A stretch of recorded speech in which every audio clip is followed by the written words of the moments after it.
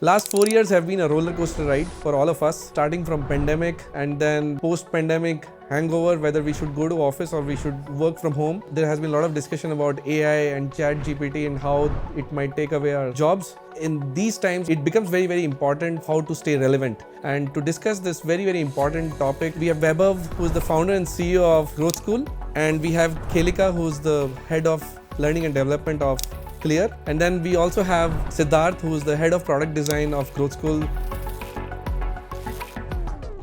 So I just want to start from like fundamentals, right? Why? I'll start with you, Vaibhav. Like, why upskilling? Yeah, I think it is your lifeline today.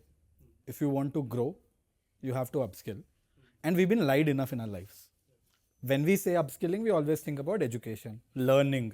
बचपन में पापा ने बोला यार just 10th grade is the most important exam in your life. Get to your 10th grade with good scores, you're done. We get to 10th grade only to realize that we have to do really well to get into a 12th school. We get to 12th only to realize we have to work our ass off again to get into a good, like an IIT or NIT or medical or whatever there is. We finally realize, bhai, abhi job karenge. We have learned enough in our lives. Now we'll apply everything that there is. We come there and we see that world is so rapidly changing that if we are not learning, we will become irrelevant in no time. What a product manager was doing 5 years before to what he is doing today. Because today product managers are doing much more data-driven stuff than they ever did because they didn't have access to data. So you have to upskill. You have to keep learning no matter where you are. It has to be a daily based thing. You learn in the work. You go out and learn outside. Doesn't matter where you're learning from, right? You learn from GrowthSchool or you learn from YouTube, you learn from a podcast. You have to keep learning and keep building yourself into a better version of yourself. One thing which struck me was that daily upskilling, right? So I'd love to know from you, like, what's your take on that? See, upskilling definitely is one of the most, crucial elements in anyone's career progression. While we all know that every employee has that required skill set when a person gets into a job, but for him or her to actually understand or, accept the fact that everybody has a growth, everybody needs to kind of polish the current skills that the person has. And it is equally important that you have to be, nurturing your own skill set from time to time, for which you have to be very much aligned to the industry trends and the market, which is exactly upskilling, to my opinion. Got it. Your 2 cents. Very similar to what both the folks said, but I think the only context where I look slightly differently is like it's a trend that has not recently happened in my understanding. It has been happening for a while. Like if you look at post-industrial revolution, specialization and everything is happening and going on, and that sets the stage. And then we see this generation of our parents in the last generation come up where we were discussing like they were in single job, single company for the lifetime, right? Like because the relevance was like that. If you learn banking once, it's the same. It's not going to change, right? Yeah. But then comes tech, right? And tech's fundamental nature is like changing it over and over again, right? And revolutionize everything it touches, right? So in such a world, and that is becoming more true now that we see AI and everything coming up, is that in such a world, no truth is standing anymore, right? Like, so how you write an article to how you write a tweet, what you consume on a YouTube video, how anything is done, those things are changing completely. For us, it might look like an upskilling, but like when you're in it, for you, it is like, oh, I'm a designer.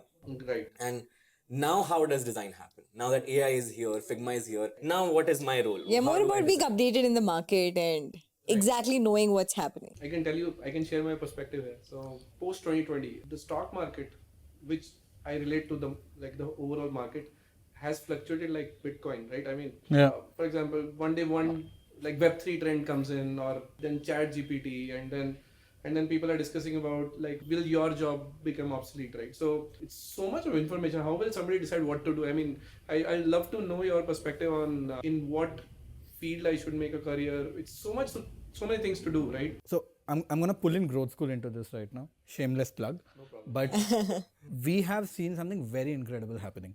When we look at a user trend, again in this age set of 21 to 26, 27, we have something called as workshops. They are bite-sized content, like a 5-day program, 3-day program, 2-day program, very inexpensive. Anybody can afford it. And we have seen people taking workshops, one in product, next in UI UX design, one more in no code, third one in something else. Same person. Same person. Wow. Right? when we go and talk to them, why? They're like, we don't know what we want, right? We are fascinated by the idea of product management today, only to realize only 10% of this is exciting for me. The other 90% is boring. I don't want to write PRDs. I want to sit on mixed panel and take decisions. And I realized 90% of my job is writing PRDs as a APM. I don't want to do the job. People are behaving like this on YouTube also, right? You see this when you said Web3, right? When Web3 came in, a lot of people, including me, got distracted. In fact, we have had conversations saying, "Hum bhi Web3 karenge growth school ko," right? That distraction happens with everyone. And you go to YouTube and you are switching context to figure out what you want to do. And everybody is doing it today.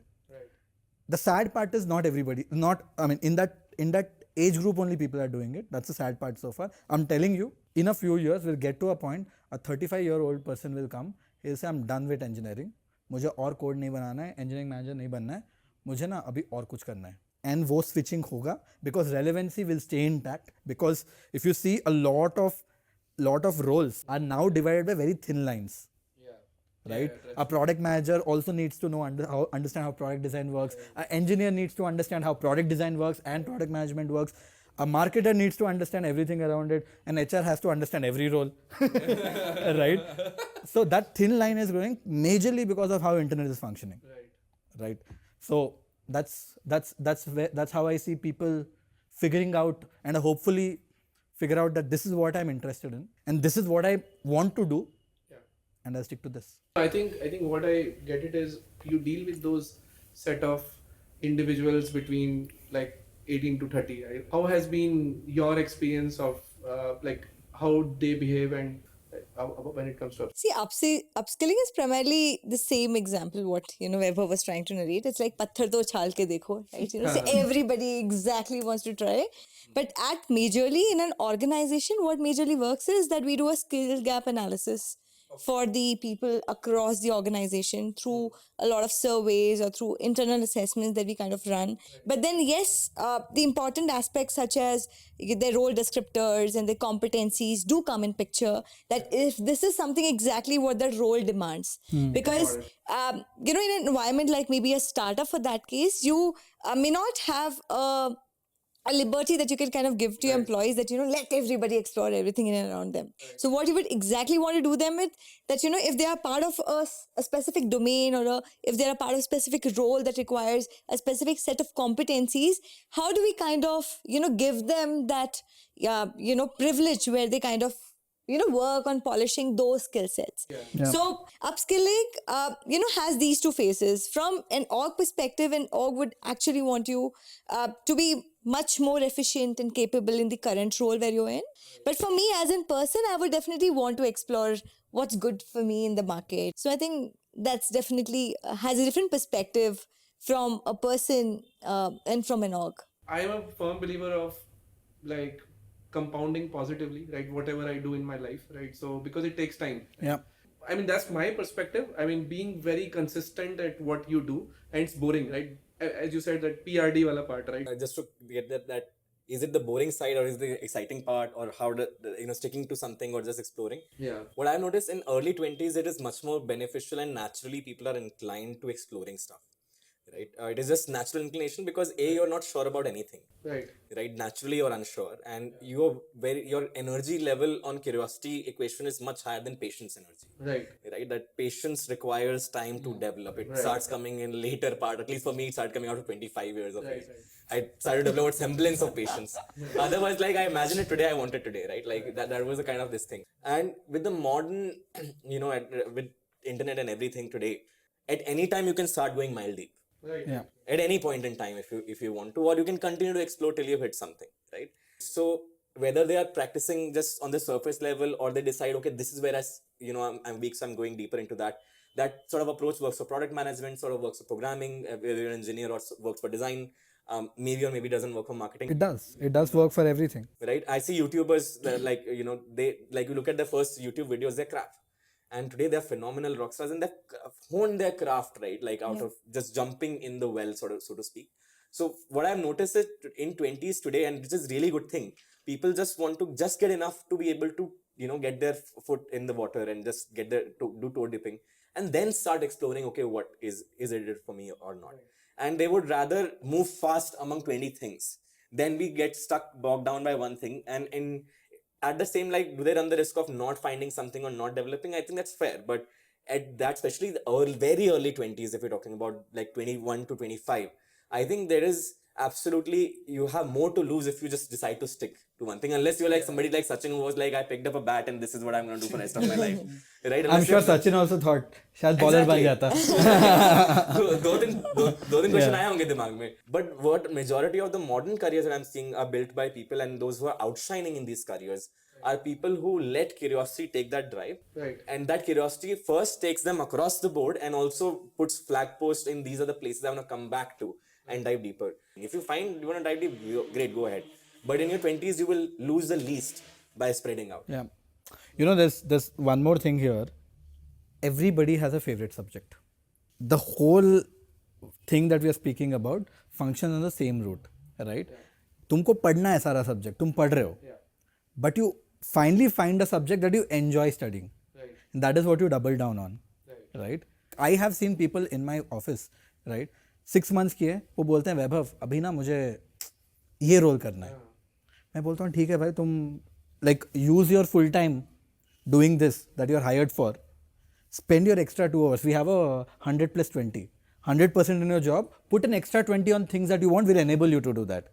And you will see people moving from video editing to product design. Someone from sales becoming product design. Like it is all happening. Yeah. It is all happening, right? Yeah. You have to enable them also because they are also finding. I'd like to know your take also on this, like people switching inside your organization.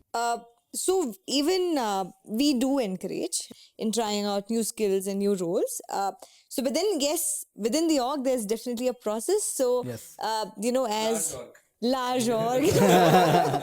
Yeah, so we definitely do have their individual development plans created, post which we kind of have, train them through the requirements to the next role. And every org, I believe, that is successful today is because they believe in the internal talent, right? Focus on. The advantage with internal people is context. Absolutely.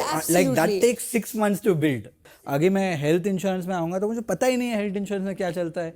Right? I hire someone, he'll take 6 months. And they do pass on the value of the organization as well, right? So every org needs to focus on it. I think we started out with Vaibhav saying कि lifelong learning करना ही पड़ेगा. सिर्फ 10-12 तक नहीं पढ़ सकते. That's the kind of world, or maybe just on internet it's moving so fast because when I go and no, the funny part is the world moves fast in every different website. Twitter moves in a pace, LinkedIn moves in a pace, Instagram moves in a pace. All are fast, but they're different in their own tones. Bangalore traffic, it moves. One day. So just to summarize, right? When should I till when should I explore, and when should I start going deep? I think his journey has been that, so I think he's the best person to answer. I will continue on what I was saying earlier. There's you don't have an option there. I'll give you an example. In marketer and product manager, fairly diverse roles, right? One you assume is a technical-ish background, need not be, but can be. Both of them today can't stand still and ignore AI, and neither can they ignore the AR VRs of the world that are coming up. Right. And this was true if you remember 10 years back, it was mobile. Everybody was like mobile app, mobile this, mobile will be the world, mobile. And today we are here. It's just like part of everyday life. Yeah. So if you want to be in these modern professions, right, you constantly have to, like Vaibhav was saying, upskill. Right. And you're constantly exploring on that curiosity cannot die. And that is what I've realized from my career as well. Right, and there was not a single point in time there was not something new being thrown at me, and that is in fact what I was looking from my career as well. Right. Today I am more curious than I was earlier. Right, so I find also the more willingness to consume more information. Like today I read more than I used to 10 years ago. I consume more information, more data, more everything than I used to. But my bullshit sensors are also on. Like I will not tolerate bullshit. That's very important actually. So not getting carried away with that 20 is also very important. I mean, it's very important to know what you're doing as well and what's your core, right? So secondly, and would love to understand from your side. There's so much of information, right? So as an individual, I will love to know your perspective on from where to start. I think information is everywhere. Yeah. Right. If you have an intent to learn, you will learn. Yeah. Right. It starts from a single Google search to today going and asking to ChatGPT to going to YouTube and watching a course. But essentially, the idea here is, if you have an intent to learn, you have 150 places, right? So start somewhere. Start in a mode that makes sense for you. If you're a person who likes reading, pick up a book. If you're a person who consumes visual content, pick up a video, a course, a YouTube video, or anything that there may be. There's so many ways to learn, right? And it will not be fair to say that this is the right way to learn, because every individual consumes and iterates very differently to each other. And at the same time, your self analysis is very important. You need to know where your skill gap lies, right? And you should have very, very clear goals to what you exactly want to do. So, like, he did talk about his journey, but I'm sure he had a vision to what he was doing, right? So, it's normally within 20 to 25 is where people keep trying on, exploring multiple things. But till 25, yaar, ye mujhe acha lagta hai types. So, it is very important that you choose to learn through internal and external options. If within the org, you need to choose to participate in webinars, conferences. Externally, you should choose to participate or explore a couple of online learning courses. At the same time, try to, align with people or build a community of your own where you can kind of learn from a community. And that can only come when you actually know what you would want to kind of focus on. So I think she mentioned a very interesting point, community, right? What you become or the way you think has so much to do with the people that you're around. It's not even funny.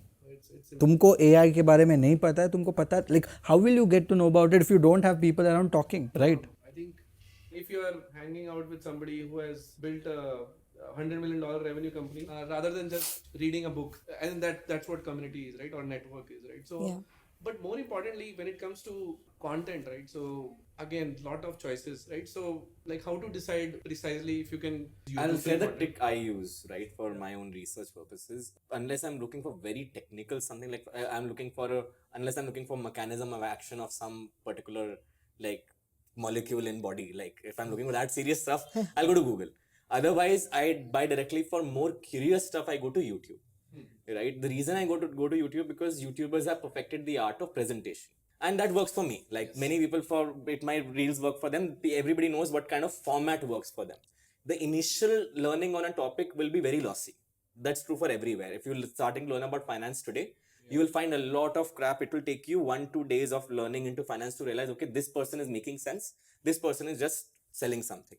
The second trick that I find very useful, when you want to learn about something new, start with what went wrong. For example, if you want to learn about banking crisis of 2007 and 8 or the new banking crisis that apparently starting, start with what went wrong. You will learn more about how banks work, in what failed. Same way if you want to learn about startups. Right. So I think these are the two tricks that work great for me. Any format you want, the format is not the problem. It's self-awareness that you need to come from, that this is how much curiosity I genuinely have. Then it becomes easier to find something and find the clarity between the noise. Totally understandable. But when should I go for a paid kind of a course, right? So for example, let's say, like when should I take a call that now is the time to move from YouTube to GrowthSchool? I think what you pay for is not content, because content is available out there for free. Correct. People pay money for programs so that they get a curation that they can trust on. You have questions, right? Saying, is this the right thing to do? Is this the right person that I should follow? Because there are you watch 20 videos and you hear 10 conflicting opinions there, right? Because they are all perspectives. Yes. And all of a sudden there opens this phase of, an online course from a very trusted source where you say that, you know what, for the first time, I'm not lost. And somebody has put mind to that. Yes, so someone put a mind, time, and it works because you can see that it has worked for so many people. It is curated, it is trusted, it is structured. We have already realized this at Growth School, that less and less people will come for content. The biggest value prop of this is access to people. Access to the person who's teaching, access to people who are learning, who are just like me. That cannot happen on a blog article. That cannot happen on YouTube in most of the cases, unless you have a very close-knit community, because just content is not going to cut it. See, the thing is, let's say you want to learn X. You open a video and you see that's 2 hours. You said, okay, I'm going to learn this. You start for 10 minutes. The fun part is over. Now things are getting intense. Yeah. It is so easy to exit. You put your lid down and you're out. Yeah. And you're out. You're done. Yeah. And that's where you swiping your card also helps. Yeah. Because you're like, I've paid. Yeah, Let me at paid least for it, finish yeah. this.